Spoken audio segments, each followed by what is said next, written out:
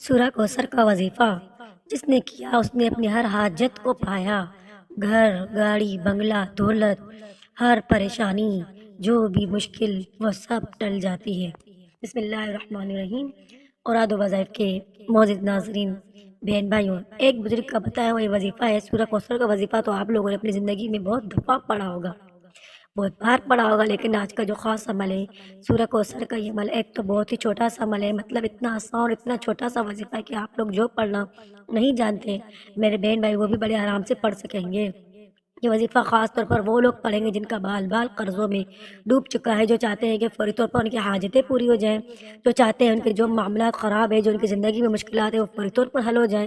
اس طریقے سے سورہ کوثر کا وظیفہ پڑھ لینا انشاءاللہ ساری زندگی دعائیں دو گے، پیسہ پیسہ ہو جائے گا۔ وہ کہتے ہیں نا، پیسے کی ریل پیل ہو جائے گی۔ اگر آپ لوگ اپنے گھر میں پیسے کی بارش دیکھنا چاہتے ہیں تو پھر آپ اس وظیفے کو پڑھیں اور اس وظیفے کی برکت سے اپنے گھر کو پرنور کریں، گھر میں اپنی برکتیں اور کاروبار میں بھی برکتیں لے کے آئیں۔ ہر طرف سے آپ کو جو رزق کے معاملات ہیں وہ بہتر ہو جائیں گے۔ اس کو سر کا یہ وظیفہ آپ اپنی پوری زندگی میں ایک مرتبہ پڑھ لیں۔ میرے بھائیوں، میری بہنوں، آپ لوگ جانتے ہیں پاکستان میں ہو، انڈیا میں ہو، بنگلہ دیش میں، نیپال میں، افغانستان، سعودیہ، ملیشیا، دبئی، چاہے دنیا کے جس کونے میں بھی ہو، جس ملک، جس گاؤں، جس محلے میں ہو، آپ لوگ اس ویڈیو کو دیکھ رہے ہو، ویڈیو آپ کے سامنے جس سے آ جائے کوشش کرنا ویڈیو دیکھتے دیکھتے ہی آپ یہ وظیفہ اسی وقت پڑھ لینا، کیونکہ یہ وظیفہ پڑھنے کے لیے نہ ہی کسی دن کی پابندی ہے، نہ کسی خاص وقت کی، اور نہ ہی کسی خاص لمحے کی۔ میں آپ کو یہ وظیفہ پڑھنا بتاتی ہوں اور میں آپ کو بتاتی ہوں کہ یہ وظیفہ کس طرح کرنا ہے۔ تو میرے بہن بھائیوں، یہ عمل میری بہنیں بھی ضرور کریں، میرے بھائی بھی کریں۔ اگر چاہتے ہو کہ ایک دن کے اندر اندر آپ کی زندگی میں پیسوں کی بارش ہونا شروع ہو جائے، اگر چاہتے ہو کہ آپ کی غریبی امیری میں بدل جائے، اگر آپ چاہتے ہو کہ فقیری سے بادشاہی میں آپ لوگ آ جاؤ، تو اس وظیفے کو ہر حال میں پڑھ لینا۔ ویڈیو سامنے آئے کوشش کرنا اسی وقت، جب عمل کرنے لگے تو 1 منٹ کا وقت نکال لینا اس وظیفے کو پڑھنے کے لیے، اور وہ 1 منٹ ایسا ہوگا کہ اس 1 منٹ میں کوئی آپ کو پریشان نہ کرے، ڈسٹرب نہ کرے، کوئی آپ کو آواز نہ دے، کیونکہ آپ لوگ اگر اس وظیفے کو پڑھتے وقت اپنی توجہ کو یہاں وہاں کر دو گے تو پھر فائدہ کچھ نہیں ہوگا۔ اس وظیفے کو پڑھنے کے لیے اپنی پوری توجہ، اپنا پورا دل آپ کو اس وظیفے کے پڑھنے کے لیے لگانا ہوگا، پوری توجہ سے پورے دل سے یہ وظیفہ پڑھ لینا ہے۔ اللہ پاک کی ذات پر پورا یقین رکھتے ہوئے وظیفہ پڑھنا اور شروع کر دینا۔ یہ وظیفہ آپ لوگ اگر چاہتے ہو کہ آپ کے جو بگڑے کام ہے وہ فوری طور پر بن جائے، اگر آپ لوگ چاہتے ہو کہ آپ کی زندگی میں فوری طور پر تبدیلی آنا شروع ہو جائے، تو آپ لوگوں کو میں بتاؤں یہ وظیفہ ایک خاص وقت میں اگر آپ پڑھ سکتے ہو تو اس کا اور بھی اچھا آپ کو رزلٹ ملے گا۔ جب آپ کا دل کرے صبح پڑھ لو، شام پڑھ لو، کسی بھی وقت کی نماز کے بعد آپ پڑھ سکتے ہو، لیکن اس وظیفے کو اگر ایک خاص وقت بھی ہے، اس وظیفے کا اگر آپ اس خاص وقت میں پڑھ لو تو اس کا رزلٹ آپ کو اور اچھا ملے گا۔ وہ خاص وقت فجر کی نماز کا وقت ہے، آپ چاہو تو اس وظیفے کو کسی بھی وقت پڑھ سکتے ہو، وقت کی کوئی پابندی نہیں ہے۔ تو آؤ دوستو، میں آپ لوگوں کو اس وظیفے کے ویسے تو اگر آپ فوری طور پر اپنے حالات کو بدلنا چاہتے ہیں تو ایک خاص وقت میں پڑھ لینا ضروری ہے، ورنہ نہیں تو آپ اس کو کسی بھی وقت میں پڑھ سکتے ہیں، آپ کو اس کا فائدہ ہو جائے گا۔ اکثر میرے بہن بھائی اس بات کا سوال کرتے ہیں کہ وظیفہ کتنے دن پڑھنا ہے۔ یہ تو بات میں نے کہہ دی کسی بھی دن پڑھ لیں، اور دوسرے نمبر پہ میں نے بات کہہ دی کسی بھی جگہ پڑھ لیں، کسی بھی وقت پڑھ لیں، لیکن ایک اور سوال پوچھتے ہیں میرے بہن بھائی، اتنے دن تک پڑھنا ہے تو وظیفہ آپ لوگ جتنے دن پڑھنا چاہو پڑھ لو، آپ چلتے پھرتے روزانہ پڑھنا چاہو پڑھ لو، اور اسی طرح ایک خاص وقت جو بتایا ہے فجر کے وقت، اس کے بعد بھی آپ پڑھ سکتے ہو۔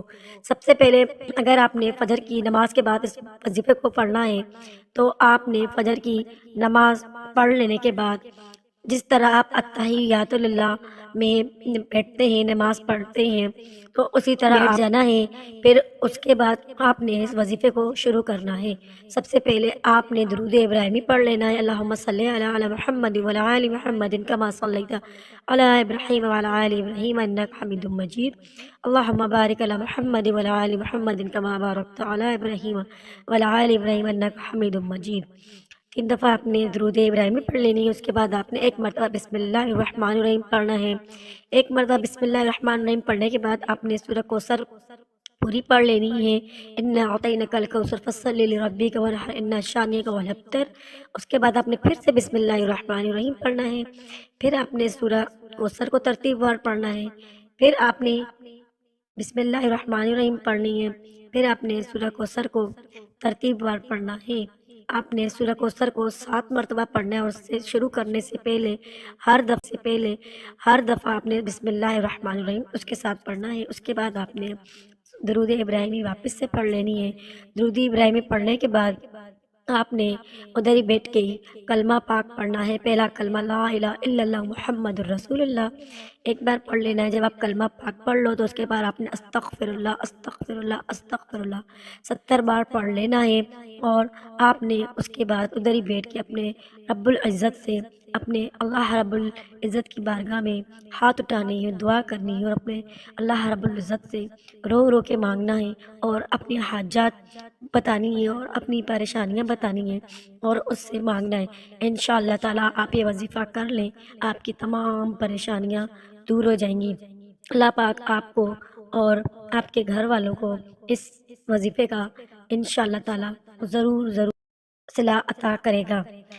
سبحان اللہ، یا رب کریم، یا اللہ، آپ کو اپنی شان کریمی کا واسطہ، ہم گناہ گاروں پر اپنے گھر کے دروازے بند نہ کر۔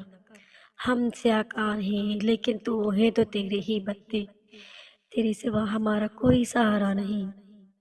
یا ذوالجلال والاکرام، یا ذوالجلال والاکرام، یا حنان، یا منان، یا سبحان، یا دیان، ہم تجھ سے اپنے ہر گناہ کی معافی مانگتے ہیں۔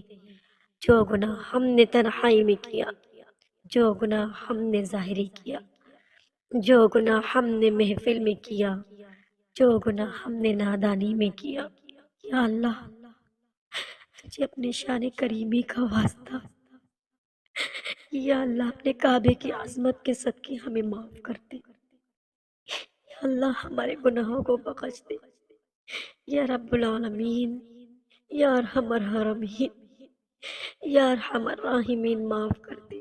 ہم تیرے گناہ گار ہیں، خطا کار ہیں، سیاکار ہیں، تو تیرے ہی بندے میرے مالک، سن لیا رب العالمین۔ کتنے لوگ تیری بارگاہ لائی میں اپنے ہاتھ اٹھائے اپنے گناہوں کی معافی مانگتے، یا اللہ اس سورہ کوثر کے بابرکت ذکر کے صدقے میں، وظیفے کے صدقے میں ہم سب کے گناہوں کو معاف کر دے، ہم سب کی پریشانیوں کو دور کرتے ہیں، یا ارحم الراحمین۔ تیرے سوا کوئی نہیں سننے والا، یا اللہ، یا اللہ، یا اللہ تو ہی ہے، بے شک تیری شان سب سے عظیم، بس تو ہم گناہ گاروں کو معاف کر دے۔ جس کسی نے بھی دعا کے واسطے یا رب کہا، کر دے پوری آرزو اور بے کس و مجبور کی۔ ان اللہ و ملائکتہ یصلون علی النبی یا ایھا الذین آمنوا صلوا علیہ وسلموا تسلیما۔ تمام دوستوں سے گزارش ہے کہ اللہ کے 99 ناموں سے ایک نام ضرور کمنٹ میں کریں، اور میرے اس چینل کو لائک سبسکرائب لازمی کیجیے۔ اللہ ہم سب کا حامی و ناصر ہو۔ اللہ حافظ، السلام علیکم۔